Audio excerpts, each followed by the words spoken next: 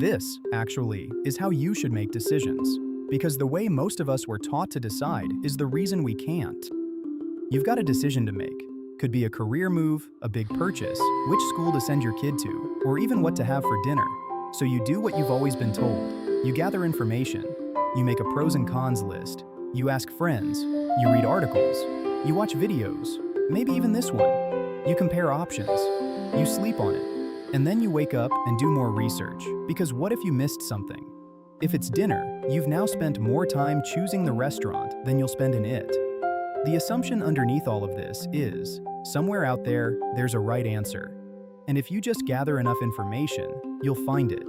So you keep looking, because deciding before you found it feels reckless. Psychologist Barry Schwartz calls this the paradox of choice. The more options and information we have, the more paralyzed we become. But the right answer never arrives, because for most decisions, it doesn't exist. Most people approach decisions like a judge in a courtroom. Hear all the evidence, weigh every argument, then deliver the correct verdict. Case closed, certainty achieved. Except, even judges get it wrong. With courtrooms, lawyers, rules of evidence, and years of deliberation, innocent people still get locked up and guilty people still walk free. If a system designed to deliver certainty can't do it, why do we expect ourselves to? Every decision, even a judge's, is a bet made with incomplete information. The difference is whether you recognize that or not. A decision isn't a verdict. It's the best play you can make with the cards you can see. As former professional poker player Annie Duke puts it in, thinking in bets. We're not wrong because we made a bad decision.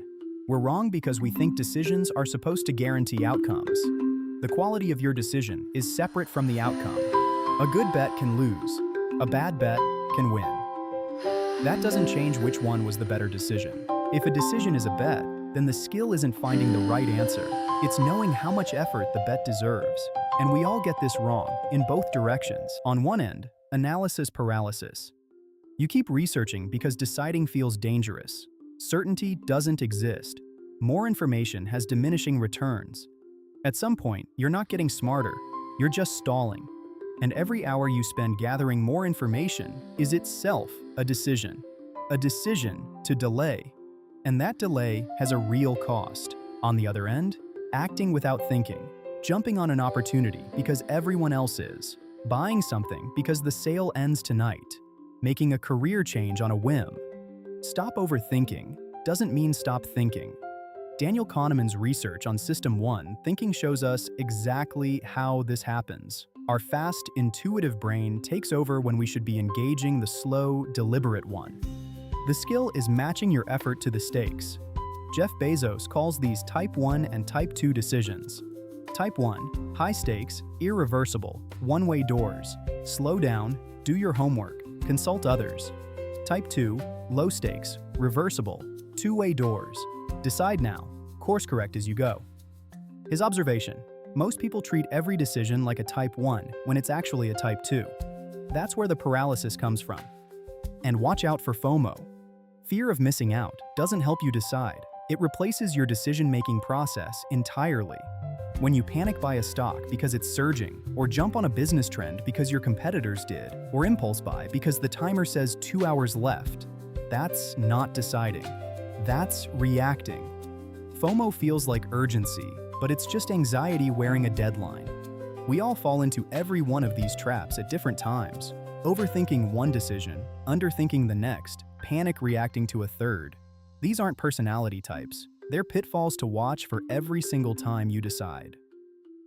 Two people drive to work every morning. Same office, same neighborhood. The first one checks traffic, picks the fastest route, and hits unexpected construction. She's 5 minutes late. The second one doesn't check anything, just drives, and gets lucky. Green lights the whole way. He's early. Who made the better decision? The one who checked. She used available information and made a reasonable bet.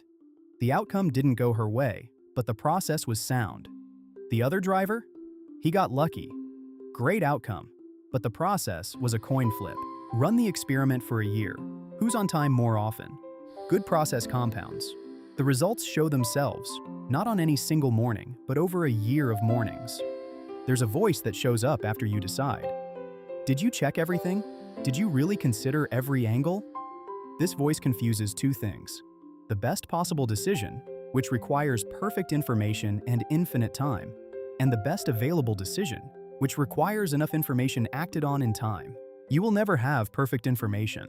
That's not a flaw in your process. That's the nature of decisions. If you could know everything in advance, it wouldn't be a decision. It would just be a calculation. And that voice asking, "Did you check everything?" Notice it never tells you what specific thing you missed. It just generates doubt. Recognize it for what it is. Not due diligence, but anxiety disguised as rigor.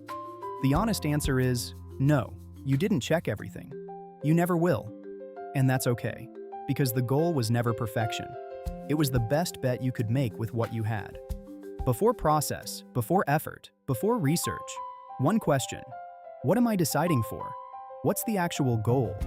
The best decision-making process in the world is useless if you typed in the wrong address. Most advice gives you a checklist: gather, assess, decide, act, learn. Clean steps, neat loop. Real life doesn't come with a flowchart. You're always gathering information, from conversations, from reading, from paying attention, always building your foundation. And then a decision point shows up, sometimes on your schedule, sometimes not. And you make the best call you can with wherever you are. Wait too long, and even the right call becomes the wrong one.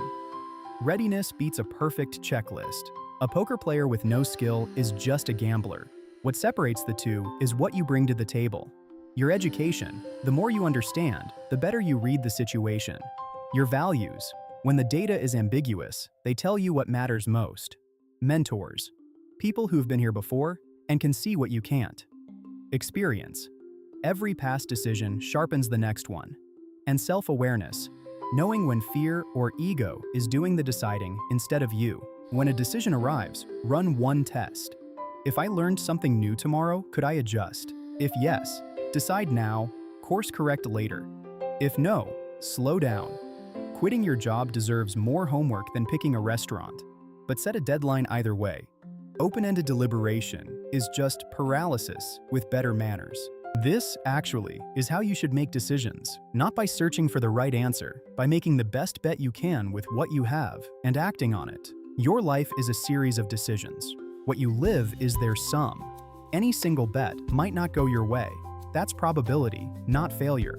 But process compounds in both directions. Keep deciding out of fear, impulse, or avoidance, and the damage stacks up.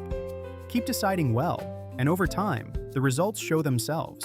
People have understood this for a long time. In faith, the result is in God's hands. In stoicism, focus on what you can control. In sports, trust the process. Different words, same insight. Your job is the process. Keep building what makes you better at it. The stronger your foundation, the better every bet you'll ever make. Think about it.